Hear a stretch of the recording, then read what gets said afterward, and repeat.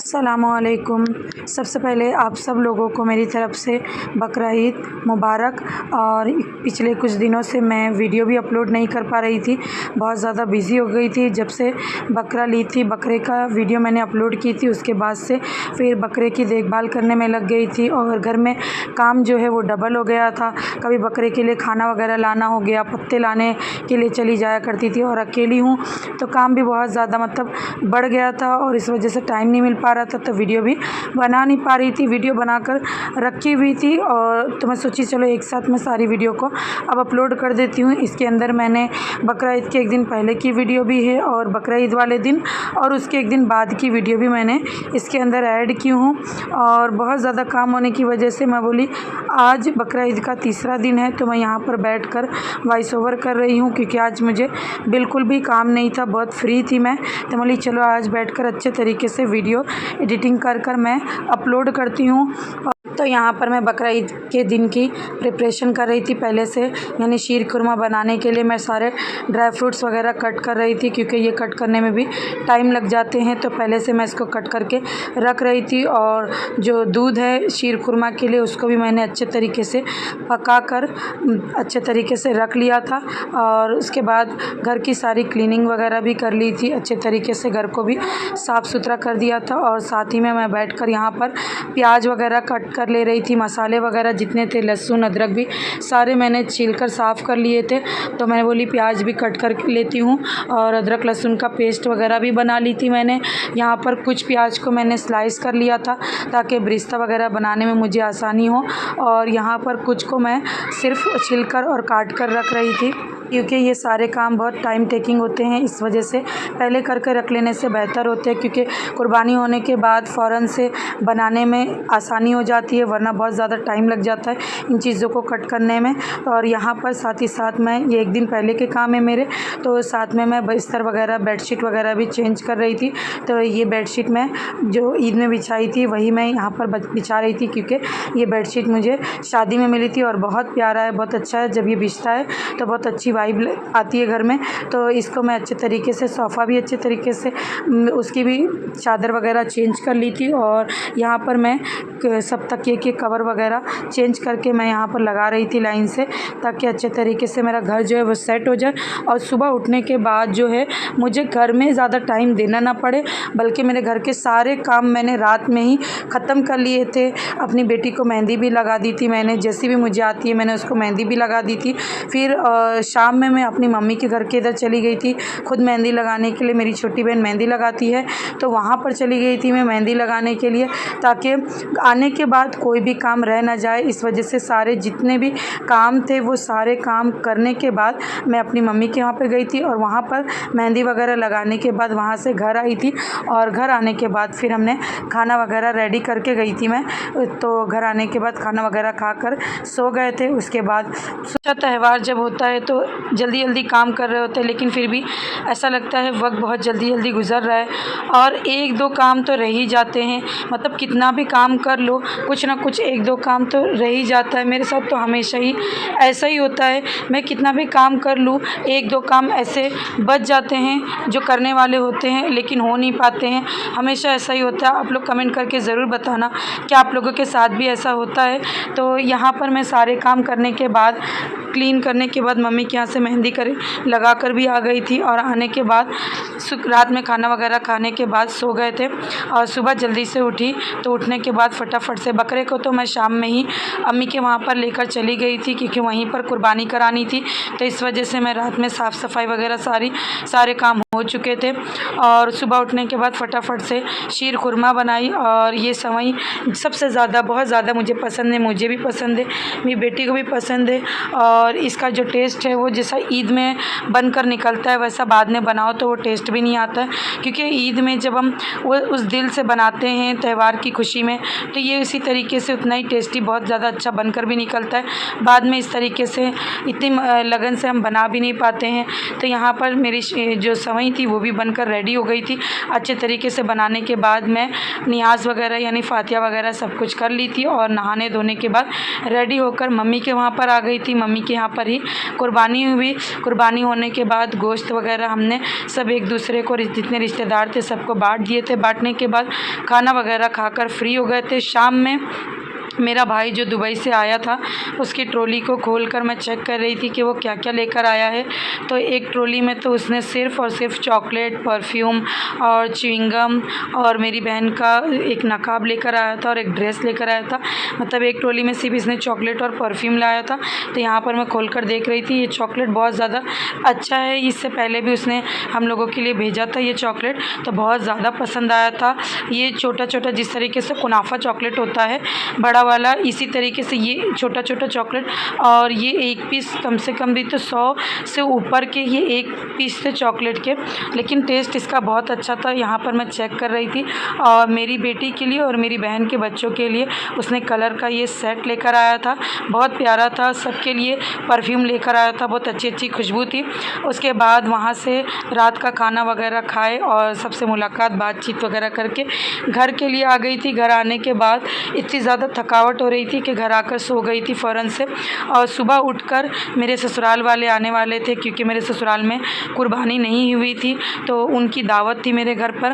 तो और साथ ही साथ मेरे घर वाले भी आ रहे थे। तो मैंने सोचा कि चलो मैं कुछ अच्छा बनाती हूँ, क्योंकि एक दिन पहले मम्मी के घर पे सिंपल जो सालन वाला गोश्त और पुलाव होता है वो खा चुके थे। तो मैंने सोची कि कुछ मैं अलग बनाती हूँ, और मेरे हस्बैंड भी बोल रहे थे कि कुछ अच्छा टेस्टी बनाना। तो मैं यहाँ पर उनके लिए भी और मेहमानों के लिए भी मैं बना रही थी। तो सबसे पहले मैं एक डिश ग्रेवी वाली बना रही थी और एक बिरयानी बना रही थी और एक तंदूरी रोटी बना रही थी।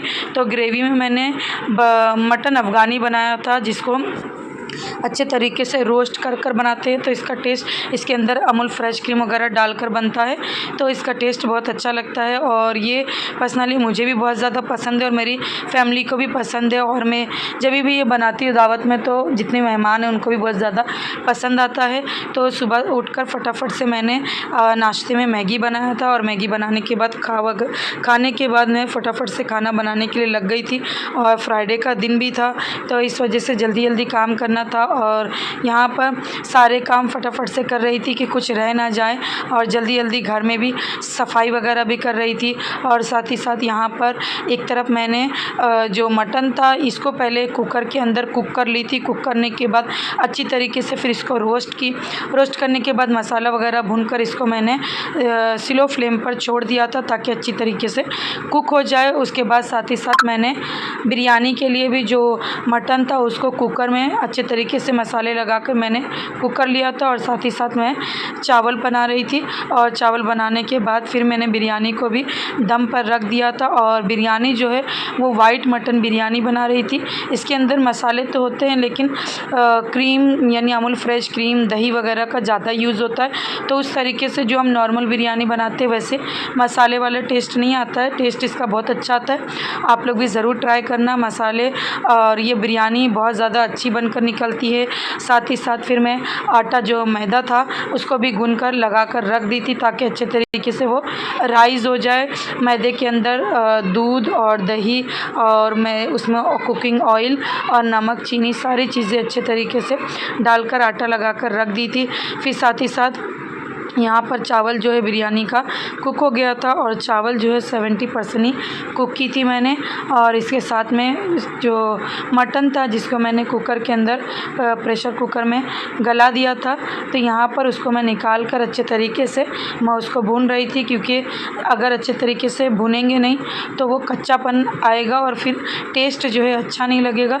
तो यहाँ पर अच्छे तरीके से मैंने इसको भून दिया था। वैसे तो देखने में ये 2 ही डिश थी, ज़्यादा डिश तो मैंने बनाई नहीं थी, लेकिन इसकी जो प्रिपरेशन थी वो इतनी इतना ज़्यादा काम हो जाता है, जैसे लगता है ये करूँ वो करूँ। और जब टाइम कम हो तो और ऐसा लगता है कि जल्दी जल्दी कैसे और क्या करूँ, मैं पहले कौन सा काम करूँ जो जल्दी से ख़त्म हो जाए। तो यहाँ पर घाई के चक्कर में कुछ काम रह भी जाता है, तो मैं यहाँ पर जल्दी जल्दी सारे काम कर रही थी फटाफट से, और काम ऐसा लग रहा था कि ख़त्म होने का नाम ही नहीं ले रहा है मेरा। तो यहाँ पर नहाना धोना भी रह गया था, और बच्ची को भी नहलाना था, फिर साथ में घर में भी काम पड़े हुए थे। बेडशीट वगैरह मैं अच्छे तरीके से क्लीन कर रही थी, कालीन वगैरह बिछाना था। तो उसमें ऐसा लग रहा था कि मतलब बहुत ज़्यादा थकावट भी लग रही थी। एक दिन पहले कुर्बानी जो हुई थी उस वजह से उसमें भी इतना सारा काम हो गया था। तो यहाँ पर साथ ही साथ मैं बर्तन को भी क्लीन करके रख रही थी ताकि एक साथ फिर ढेर सारे बर्तन जमा ना हो जाए। तो यहाँ पर सारे बर्तन भी मेरे क्लीन हो गए थे और साथ ही साथ मैं किचन को भी क्लीन करके रख रही थी ताकि काम बाद में ज़्यादा रहे ना। और इतना ही काम करते करते मुझे कम से कम 4 बज गए थे। और जो मेरे ससुराल वाले थे वो साइन में रहते थे, वहाँ से आ रहे थे और उनको आते आते 4 बज गए थे। और आने के बाद सब एकदम फ़ौरन से इतना लेट हो गया था तो खाने के लिए बोलने लगे थे। फिर मैं फटाफट से सब के आने के बाद नहाने के लिए गई थी। मतलब इतना लेट हो गया था कि नहाने का भी वक्त नहीं मिल पा रहा था। तो फटाफट से जब सब लोग आए तो मैं जाकर नहा कर आई। और नहाने के बाद से ये देखिए मैंने घर कितने अच्छे तरीके से मैंने क्लीन कर लिया था। मेरे घर में जो सोफ़ा है, सोफ़े को मैंने बाहर बिल्डिंग में जो पैसेज है मेरे बाहर, वहाँ पर मैंने रख दिया था और अच्छे तरीके से नीचे कालीन बिछा दी थी ताकि अच्छे से सबको बैठकर खाना खा सके। घर छोटा है तो उसमें थोड़ा मैनेज करना पड़ जाता है कि सामान का कोई मेहमान आते हैं तो सामान को यहाँ वहाँ रखना पड़ता है, मैनेज करना पड़ता है ताकि जगह ज़्यादा बन सके। तो आने के बाद सबको फटाफट से मैंने तंदूरी रोटी मेरी बहन और मेरी भाभी ने मिलकर बना दिए थे, थोड़ा मैंने भी हेल्प की थी। और उसके बाद सब लोगों ने खाना खाए। खाना खाने के बाद मेरे सास जो हैं, सास और ससुर, उनको गाँव जाना था तो वो फ़ौरन से निकल गए थे मेरे ससुराल वाले। और मेरे घर वाले थोड़ा शाम तक का आराम किए। आराम करने के बाद मैंने शाम में सेवई वगैरह दी थी सबको और उसके बाद किचन वगैरह पूरा क्लीन की। ढेर सारे बर्तन बहुत सारे निकल गए थे तो उनको सारे बर्तनों को क्लीन की। क्लीन करने के बाद घर अच्छे तरीके से साफ़ किया। साफ़ करने के बाद मेरी मम्मी लोग सब चले गए थे बड़े भाई की तरफ। तो बड़े भाई की तरफ मेरी बेटी को भी लेकर चले गए थे। फिर मैं सोची कि चलो मैं भी थोड़ा होकर आ जाती हूँ। फिर मैं फ़ौरन से रेडी हुई और रेडी होने के बाद मैं निकल गई। और मेरे जो बड़े भाई है वो बाईपास, मुमरा में बाईपास जो है वहाँ पर रहते हैं। तो सारे लोग तो चले गए थे तो मैं यहाँ पर अकेले ही थी और मेरे हस्बैंड भी चले गए थे साइन। और मैं यहाँ पर अकेली आई थी और मेरी बेटी भी पहले ही चली गई थी। और यहाँ पर देखिए कितना जो एरिया है वो बहुत खाली खाली सा रहता है, एकदम सन्नाटा रहता है। तो यहाँ पर मैं फटाफट से आई। जब मैं वहाँ गई तो सब लोगों ने नाश्ता वगैरह तो सब कर लिए थे। फिर मैं गई, थोड़ा रेस्ट की। रेस्ट करने के बाद मैंने भी नाश्ता वगैरह किया। शीर कुरमा और दही बड़े बने हुए थे तो वो मैंने खाए। और खाने के बाद बैठकर सबसे बातचीत वगैरह किए। ढेर सारी बातें हुई क्योंकि अपने घर पर तो मैं इतने काम में बिज़ी थी कि बिल्कुल भी बात करने का मौका नहीं मिला। तो वहाँ पर मेरी बेटी जो है वो भी बहुत ज़्यादा इंजॉय की। इंजॉय करने के बाद सबने बैठकर खाना खाए। खाना वगैरह खाने के बाद हम फिर वहाँ से निकल गए थे अपने घर के लिए। और यही वो दिन होते हैं कि जब हम सब आपस में मिलकर एक साथ बैठते हैं, बातचीत करते हैं। वरना फिर पूरे जो साल यानी पूरे महीने कितने महीने गुजर जाते हैं, आपस में मिलते भी नहीं हैं। तो आजकल लाइफ इतनी बिजी हो गई है कि बगैर काम के एक दूसरे से मिलना भी नहीं होता है। तो बहुत अच्छा लगता है जब सब लोग एक साथ होते हैं। आप लोग कमेंट करके ज़रूर बताएं कि आप ईद में कहाँ घूमने गए थे। अल्लाह का ढेरों ढेर शुक्र है, आज का दिन बहुत अच्छा गुजरा। अल्लाह हाफ़िज़।